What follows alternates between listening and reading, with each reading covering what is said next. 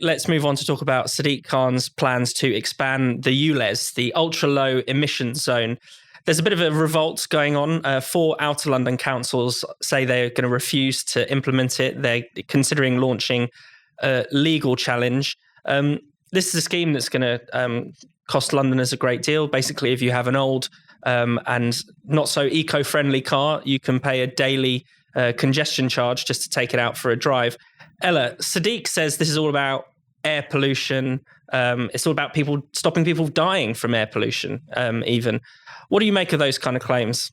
They're outlandish, and they amount to a kind of emotional blackmail of people who are arguing that Londoners should be free to get about their capital city without, easily and efficiently, and in their own vehicles.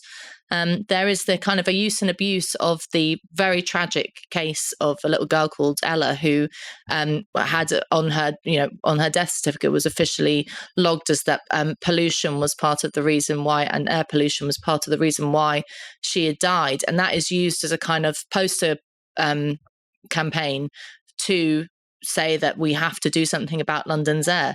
I mean, the reality is, like any capital city, most people understand that, living in an area where there are lots of cars going about, lots of buses, lots of, HGV vehicles restocking supermarkets and things like that, that it's going to be a dirtier place to live than, the Shires. But anything we can do to improve that, whether it's new technology, whether it's, doing something like not increasing bus and train fares, as Sadiq Khan has done, and making public transport more accessible, nobody would argue with that. That's a lovely, bring it on. That greater choice and more accessibility is a wonderful thing. But that's not what's happening here. I think, I wrote for Spiked this last week that Sadiq Khan is taking Londoners for a very expensive ride. Because if you look at the facts of what's happening, that, for example, the ULEZ charges have generated millions and millions of pounds, that councils are using low traffic neighbourhoods institutions where they basically shut off roads that are often done sort of quasi undemocratically, are also making millions of pounds. There's a bit of a racket going on here, and at the end, and people don't seem to realise that in order for a capital city to run, for such an important place as London, for the kind of the toilet paper to get delivered to Sainsbury's, for care workers to get to their patients, for plumbers to be able to come in and fix your toilet, that these people have to have vehicles and they have to be able to get around. And banning diesel vehicles that are older than 2015 is basically a poor tax. Yeah. It's saying that unless you have enough money, over 30 grand to buy an electric vehicle, your livelihood's gone and your freedom of the road is gone.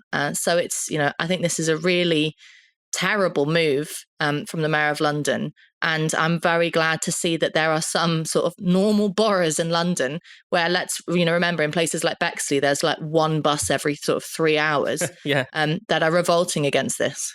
Yeah, I mean, Rakib, is it just that, white van man or the mum who has to drop her kids off to school, they just don't really count that politically, particularly in the sort of the eyes of the Mayor of London? That's not his kind of, that's not his biggest fans, maybe.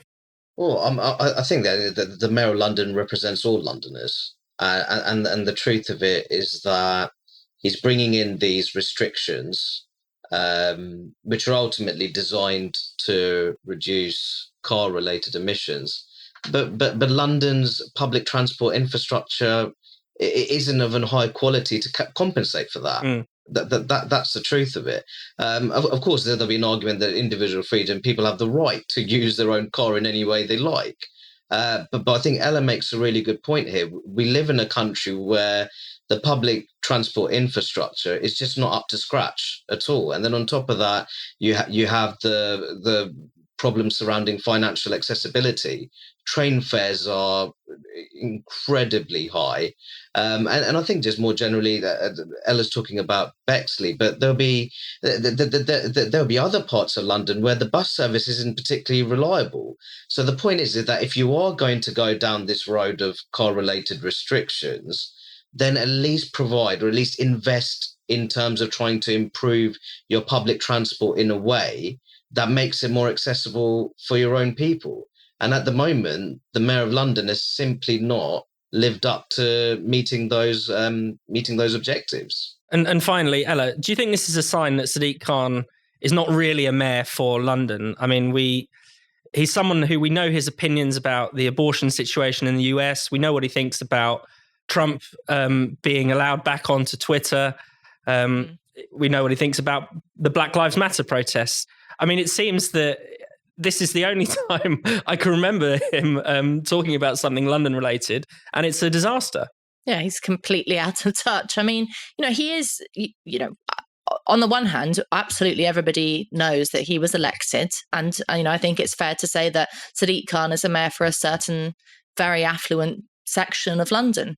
And that's played out in the sort of scandal that is emerging of the consultation process for the expansion of this most latest expansion of the ULEZ, in which, City Hall actively went out searching for votes that would be in favour of a ULEZ and, contributions that would be in favour of a ULEZ by quizzing, young people who most of them don't drive and most of them support, Extinction Rebellion, all that kind of thing. They also, allegedly just basically wiped thousands of contributions from a group that were pro-car, pro-freedom of driving, because they, City Hall said that it was just a copy and paste job. I mean, that's as if that sort of makes it an illegitimate means of engaging in a consultation process. So it's, some people have used the word rigged, and I don't know whether that's too strong or not, but certainly there's a fishy smell about this consultation process, which shows that, Sadiq Khan has always, throughout the whole history of ULEZ, said, oh yes, I'll listen to what Londoners think. And then when the results come in, as they have done time and time again, that people are actually against this kind of crackdown on transport, he said, I don't care, I'm doing it anyway. So, he is little Lord Khan of London, and he is, exerting his authoritarian powers in ways which are clamping down on white van mum like me, on people who need to get around. As Rakib says, I don't think Sadiq Khan has ever tried to do the big shop with his kids on a bus, because if he did, he'd know what kind of suffering it is to try and do that.